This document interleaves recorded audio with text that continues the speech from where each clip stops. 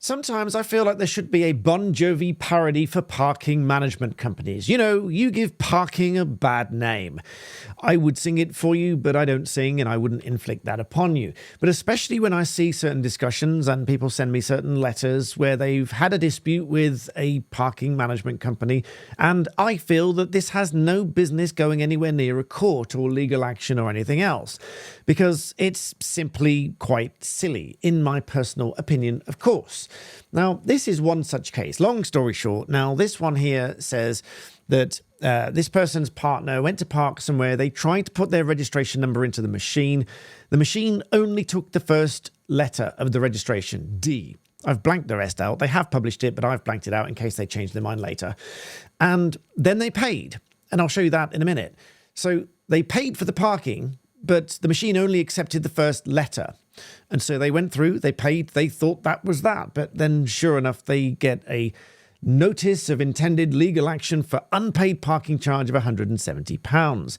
You failed to pay or respond to previous letters, etc. Now, there's an interesting bit about the company they say they've instructed here, because I also spoke to Companies House about this. More about that in a minute.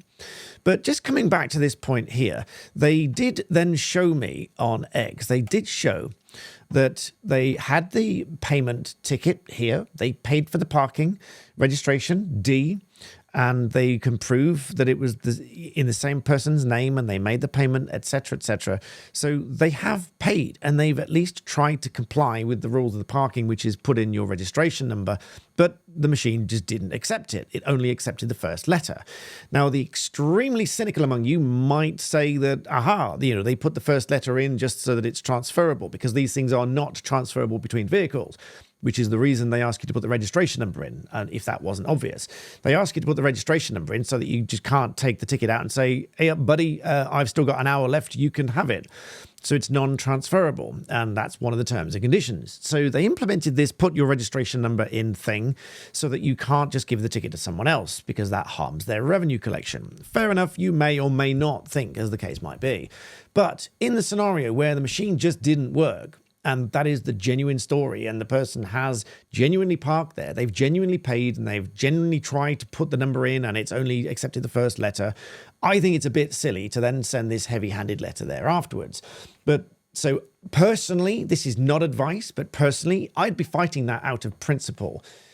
Even if I ended up losing and having some extra cost, personally, I would fight that, because I would say to a judge, not even being a barrister, personally, I would say to the judge, this is ridiculous. I paid. The machine only accepted the first letter of the registration. It didn't accept the rest. I tried to comply. Their machine's duff. It didn't work.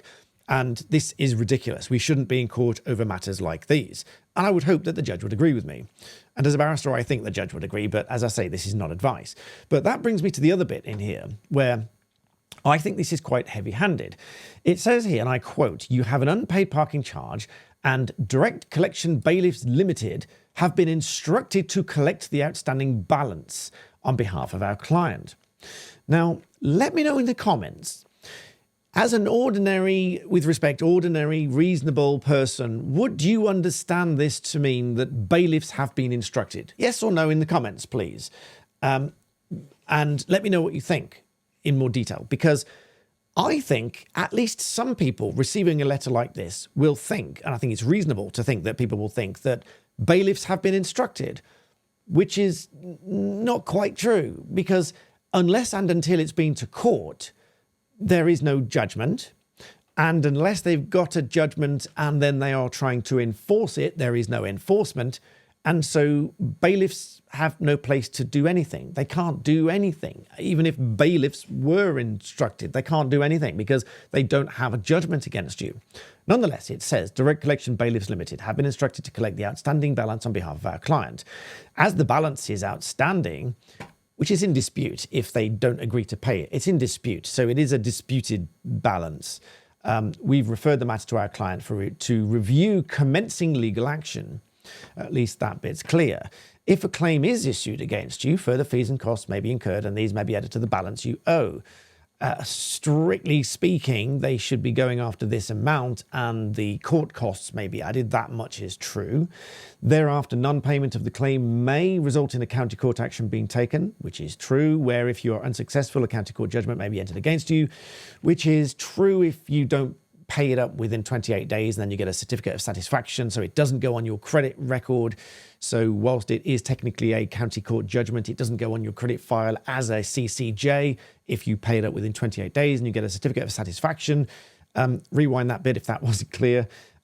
This may result in further enforcement being taken against you. Now, I also take issue with this wording, further enforcement.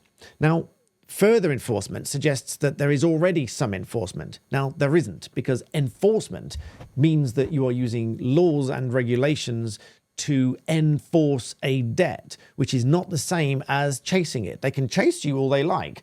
They can write to you as many times as they like, unless and until they have a judgment. They can't enforce anything. It's a judgment that they would enforce if they get a judgment against you. So I take issue with the wording there, so maybe that needs correcting. This may result in further enforcement. That should read, this may result in enforcement of the judgment being taken against you to recover the debt. And that should be judgment debt, if there is a judgment. In some instances, a county court judgment may affect future lending.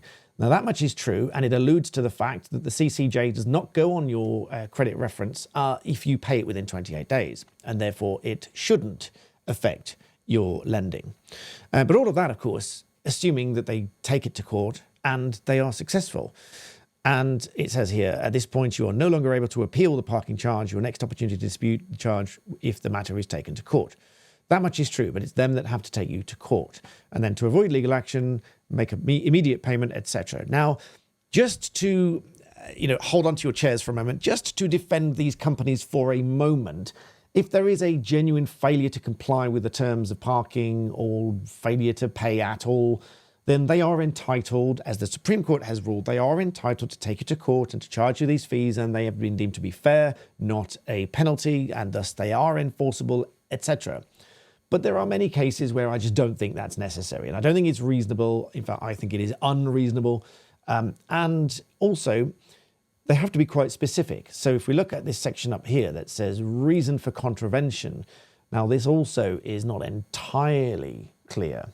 It says 101, failure to purchase the parking tariff for the registration mark of the vehicle on site.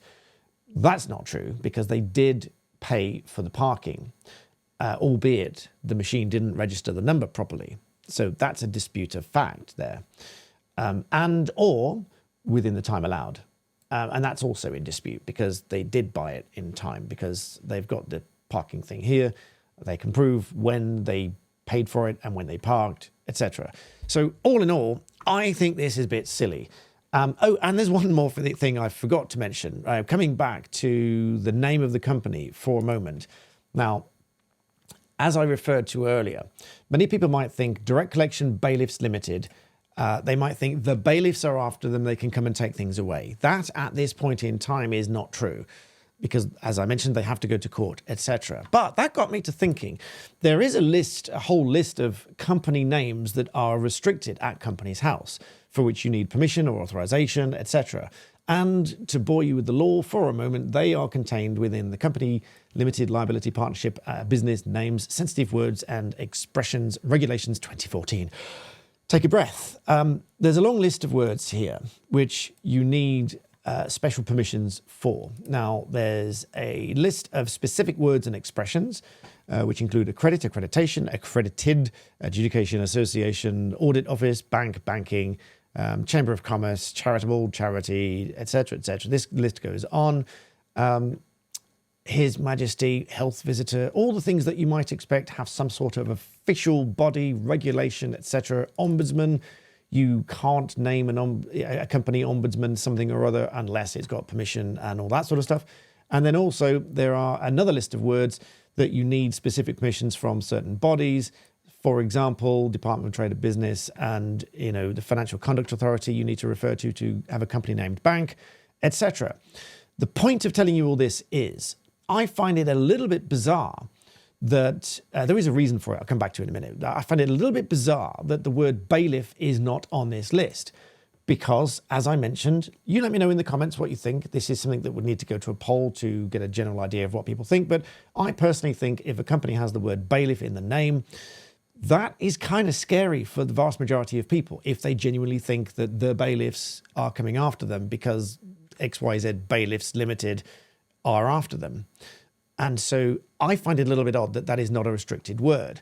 So, for example, insurance is a restricted word. You need authorization from the Financial Conduct Authority, Parliament, all sorts of different things. I find that a little bit odd, but nonetheless, it doesn't appear on this list. The only way I think of doing that is it has to go through the draftsman that puts this together through Parliament, etc., changes the law effectively to put that on that list. Let me know in the comments what you think. Do you think bailiff should be a restricted word for companies, company names? Because after all, if bailiffs are instructed to collect a judgment debt from you, they do have certain powers through a writ or warrant of control to take away certain goods and things like that. There's a whole list of websites that you can go to for debt advice and how to deal with bailiffs and things like that, what they can and can't do.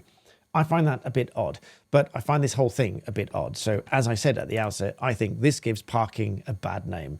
Yeah, I know, a little bit corny, but let me know what you think. If it were me personally, this is not advice, but if it were me personally, I'd be fighting this one out of principle, and I would look the judge in the eye and say, I'm telling you straight, I think this is silly. I paid for the parking. The machine accepted the letter D, which is the first letter of the registration, and I just think it's ridiculous that they're bringing this to court, if they do take it to court. They may not, but we'll wait and see. If there is any update on that, I'll let you know, but I, for one, think that's a bit silly. Let me know what you think. Make sure you subscribe, and as always, thank you for watching.